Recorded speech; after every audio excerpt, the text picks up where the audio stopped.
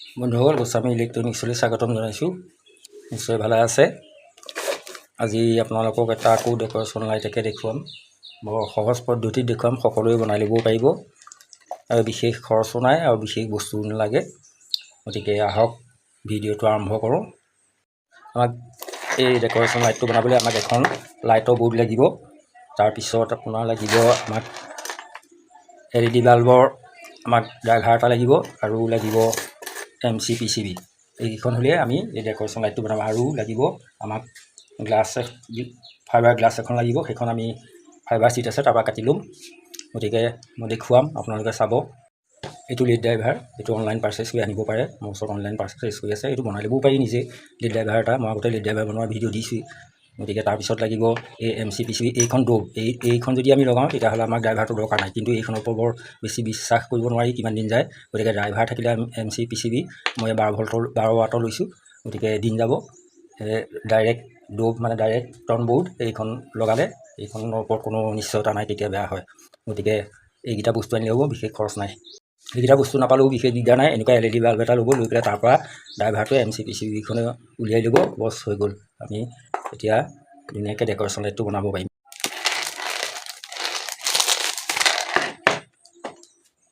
এতিয়া আমাক লাগিব PVC পাইপৰ টুকুৰা অকণমান। ইয়াৰ আমি ইমানকণমান এনেকৈ ৰিং এটা আমি এইটো জোখত আমি ৰিং এটা কাটি ল'ম। এইটো জোখত ৰিং এটা কাটি ল'ম, আমাক এইটো দৰকাৰ হ'ব। এইটো চক মই কাটি থোৱাই আছে, আগৰ মোৰ ভিডিঅ'ত বনোৱা। গতিকে এইটো কাটি থোৱাই আছে এই ৰিংটো। ইয়াত কাটি লৈ পেলাই আমি এটা কাম কৰিব লাগিব। ইয়াত এটা আকৌ সৰু ৰিং এটা ভৰাব লাগিব। সেই ৰিংটো আপোনালোকে এনেকৈ PVC পাইপৰো দিব পাৰে, কিন্তু মই এডাল তাঁৰ লৈ পেলাই এইডাল দিছোঁ যাতে আমাৰ গ্লাছখন ওলাই নাহে। এনেকুৱা এলুমিনিয়াম তাৰে এনেকুৱা ৰিং এটা বনাই ল'ব। ৰিং এটা বনাই ল'ব, নাইবা প্লাষ্টিকৰ আমাৰ PVC পাইপৰ পৰা কাটি ল'বও পাৰে আপোনালোকে। লগাই লৈ এইডাল ইয়াত ভৰাই দিব। তাৰপিছতে এইটো অকণমান দি দিলে হৈ যাব। এইডাল মই ভৰাই থোৱা আছে, দেখিছেনে এইডাল। এতিয়া আমি এই ৰাউণ্ডটোৰ সমানকৈ ইয়াত আমি এই বৰ্ডখন কাটিব লাগিব। এই ৰাউণ্ডটোৰ সমানকৈ ইয়াত আমি মাৰ্কাৰ পেনে চিন দি ল'ম।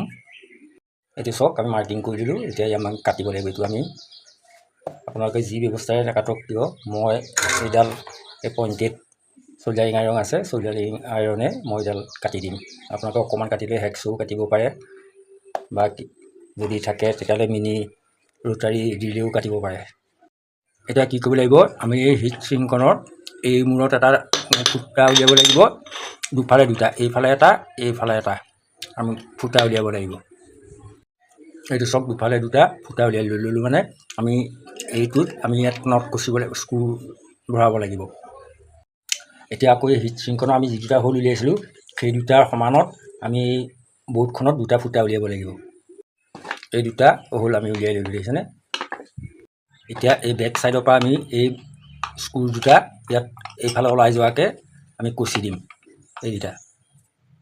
ইয়াৰ অৰ্থ হ'ল কি, আমি এই হিট চিংকত আমি ফেভিকুইক দি ৰখাব পাৰোঁ, কিন্তু গৰম হৈ গ'লে আঠাত নৰ'ব। গৰম হৈ গ'লে কি হয়তো এইখন এৰাই গুচি যাব। গতিকে আমি ইয়াত স্ক্ৰু দুটা দি পেলাই ইয়াত নটকে ফিট কৰি দিলে আৰু ই কেতিয়াও নেৰায়। এইটো চাওক, আমি এতিয়া ইয়াত আমি নট কচি দিলোঁ, এইটো দেখিছেনে। এতিয়া আমি এই ব্লেক আৰু গোল্ড স্প্ৰে মাৰিম। স্প্ৰে মাৰি পেলাই ধুনীয়া কৰি ল'ম। এয়া চক, এইটো গল্ডেন মাৰিলোঁ, এইটো চিলভাৰ মাৰিলোঁ। সেইকাৰণে চাইডকেইটা চিলভাৰ মাৰিলোঁ, এইটো গল্ডেন, আৰু এইটো ব্লেক মৰাই আছে। এতিয়া চাওক, এই লেড ড্ৰাইভাৰটো আমাৰ MC PCBখনলৈ যিকেইটা ৱায়াৰ আহিব সেইকেইডাল আমি হিট চিংকৰ তলেদি উলিয়াই নিলোঁ। উলিয়াই নি এতিয়া MC PCBখন কানেকশ্যন কৰিম। এইপিনে এইটো মেইন লাইন থাকিব। ইয়াত আমি গ্লু গানৰ সহায়ত আমি ড্ৰাইভাৰটো ৰখাই ল'ম। ইয়াত এতিয়া আমি হিট চিং পেষ্ট সানি ল'ম। তেতিয়া মানে কি হ'ব, গৰম হ'লে ই সহজে আমাৰ PCBখন ভাল হৈ থাকিব, সহজে ফ্ৰিজ নহয়। গতিকে ইয়াত আমি সানি ল'ম। এতিয়া PCBখন আমি লগাই দিম।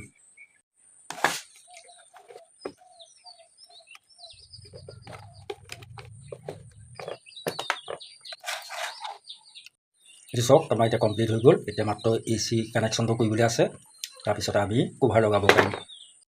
এইটো আমি গ্লাছ হিচাপে ব্যৱহাৰ কৰা, এই আমি PVC নহয়, এইটো আমি ফাইবাৰ চিটৰ পৰা কাটি লৈছোঁ। এতিয়া এইখন আমি এইফালৰ পৰা লগাই দিম, লগাই দিলে তাত ৰৈ যাব। এয়া চক ধুনীয়াকৈ গ্লাছৰ নিচিনা হৈ গ'ল এইখন চক, বুজিছানে?